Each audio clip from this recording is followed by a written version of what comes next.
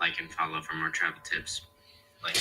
They're saying that inflation is under wraps, but they're lying to you. If you really take a look at the data, and it will show you why. And today I'm going to dive into why the government is lying, why that the Fed's recent decision or the upcoming decision here is going to drastically affect inflation in a negative way, especially when they cut interest rates, and why they're using the inflation facade to keep this lie going. We're going to get into all of this, but first, we got to show you the giant disconnect between the inflation numbers that we have today, between what we had previously when it came to the CPI numbers back when we got off the gold standards in the 1980s. So, the interesting thing about all of this is that you see over time the gap between the current CPI reporting and what there is today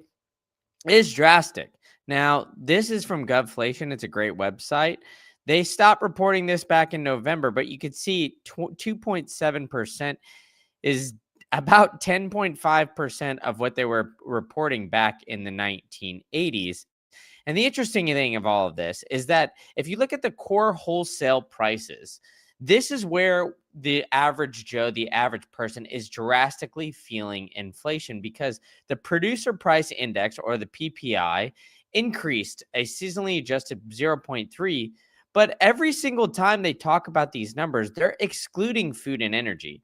Now, I don't know about you guys, but I need food to live, I need housing, and I need energy. I mean, at this point, you need the lights on, you need heat, especially during this winter time here, and you need internet at this point, to be honest, to be able to sustain life and make money. You need to be able to access your bankings. All of these different things have essentially become a necessity, and yet they're excluding them in CPI. You got to ask yourself, why are they doing that? Well, it's because those are drastically increasing, and so they're discrediting what these drastic increases are by excluding them completely from CPI, which is just showing that the reporting of these numbers are drastically incorrect. I mean, look at this. Inflation stayed steady last month. Of course, they're blaming the Trump tariffs, but look at this. The current annual inflation was 2.7, but consumers pay more close attention to the cumulative inflation that we're seeing. Now, you have to look at what this cumulative inflation that we're seeing, because the 2.7 year over year is all right. That's a cool data point, but the cumulative inflation that they're showing is literally 24.3%. That's insane. This is what they're paying at the beginning during 2020. So in 5 years, everything is 0.25% more expensive. And yet nobody's making 0.25% more, or a quarter more, right? 25% more. The Fed Reserve will cut interest rates a full percentage point, but officials are taking a cautious approach, right? And it seems like we've already had that inflation, or the market price in those 3 cuts for this entire year. And it's not only that, the U.S. grocery prices are hitting a record high for a family of 4. And this is all because we've seen it now get to a whopping $1,030 a month. That's absolutely insane when you sit back and look at it, folks, because the overall inflation numbers, and seeing it, seeing the research that is being put out on here, these grocery numbers and the CPI numbers that are being reporting are drastically, insanely different. I mean, if you look at it, they're saying, oh, it's 2.4 to 2.3%. But then if you look at it, the rate of inflation for food reached 11.4 in 2022, which was the highest. And they're excluding food and all of these, right? So look at this. The food items, they're including all items here, but then they just drastically have this big drop off here in 2022 where food doesn't increase and have the inflation quite as drastically as everywhere else. And it's because we maybe had that overlap with the bird flu pandemic. But watching all of this and seeing the drastic difference between the food inflation and everything else, it seems like there's a big giant disservice if we do not include those numbers in the CPI and in all of these reporting data. And so when you take a deep dive into the look at these numbers, you realize that the CPI is drastically manipulated. I mean, for those of you guys who keep coming to this channel, 95% of you guys literally are not subscribed. So please hit that subscribe button. But regardless, I've been saying all this time, the biggest lie is CPI. And if you take a dive into CPI and how CPI calculations misrepresent real inflation, and this is an article from 2024, so this isn't even a recent thing. This has been going on for a while. Recent data show controlled inflation, but this may not reflect consumers' reality. CPI model ignores key economic factors like asset inflation, right? So it's based on flawed assumptions. It highlights the limitations. It has that, quote, fixed basket of goods. And for some reason, that fixed basket of goods right now does not include food, energy, and shelter. They're excluding all of that. It's insane. So the fixed basket approach assumes that the quality of goods service remains constant over time. On one hand, technological advancements could enhance the quality of the products. So it's all of these different factors that they're saying, but the CPI has had a major blind spot. It excludes asset prices, completely neglecting the market value of financial and real assets such as stocks and bonds. And this is problematic because, let's just face it, the average person, right? I mean, and the government, they're actually even coming out and saying, how accurate is CPI? And this is from the government website, Beyond the Numbers, right? The U.S. Bureau Labor of Statistics is literally putting this on their website saying, how accurate is this? Can you even trust this data? I mean, it's absolutely insane that we're having this conversation. And this is a headline strictly on the governmental website. And I think it's because they get this question quite a lot. They get this question showing that, hey, you know what? The overall American people are feeling inflation a lot more than we're reporting it, yet we're reporting it at 2.7%.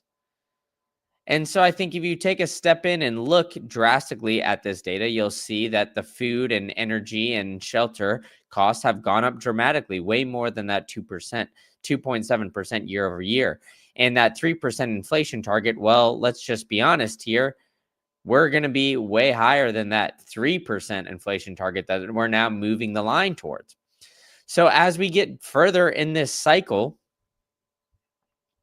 we're going to start to see the reality where the underlying currency has just been hyperinflated away. And that this, the private economic data, people are going to be looking and diving into more of this, right? Because second opinions aren't just for medical information. Everybody's like looking in. Did the U.S. government deflate my inflation report? Because it said it's at 3.67. So some private analytic firms such as Shadow Stats track inflation metrics over time based on the fact that CPI, right? I mean, all of these guys, there's so many different people that are looking at different inflationary numbers. And yet, even though we don't have inflation under wraps, in about 10 days, we've got an 87.4% chance that we're going to cut interest rates and put more liquidity into the market. And the government admits in that link that they're fake. So the government's straight up telling you, hey, we don't know the data. The data isn't real. But then we're going to take a data-driven approach. At this point, how can you honestly believe them when they're saying things like this? We want to have a data-driven approach, yet, hey, we're not going to have jobs data. The jobs data gets revised, and then we have 1 million jobs written down. And then you say, hey, okay, well, fine, the jobs data, maybe that's not as accurate. But the government data that you guys collect just from, prices and things like that, that should be accurate, right? Well, you would hope. Unfortunately, that's not the case either. So the government and the Fed is making all of these decisions on whether or not to cut interest rates at this point. And what they're looking at is just outdated data. and just poorly gotten data, right? And then the dollar is suffering. Granted, we've seen it over 100 since I started checking all this on this channel fairly recently.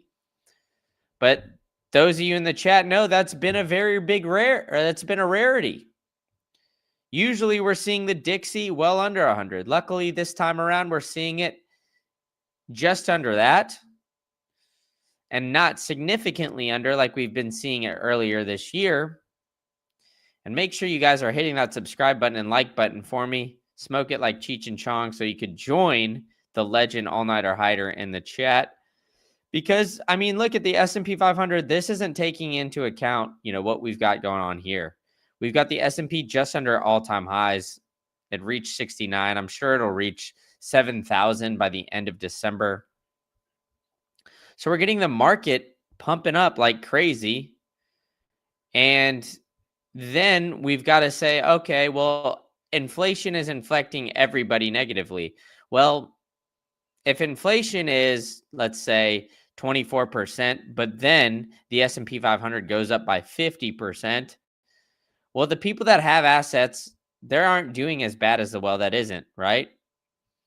The problem is that when you look at these assets and how they are pumping, it shows the sad reality that the rich get richer in these downturns and the poor get poorer. So I'm going to be here trying to educate you guys. But you guys got to join in on the chat. Ask some questions. Let me know what you think. Give me some commentary. Join All-Nighter Hider in here. Hit that subscribe button with the bell notification so you guys know when I'm going live. And I'm going to be posting more talking head videos, so be sure to be checking out those where I'm doing deep dives, fully data-driven. And I'll catch you guys all at the next one.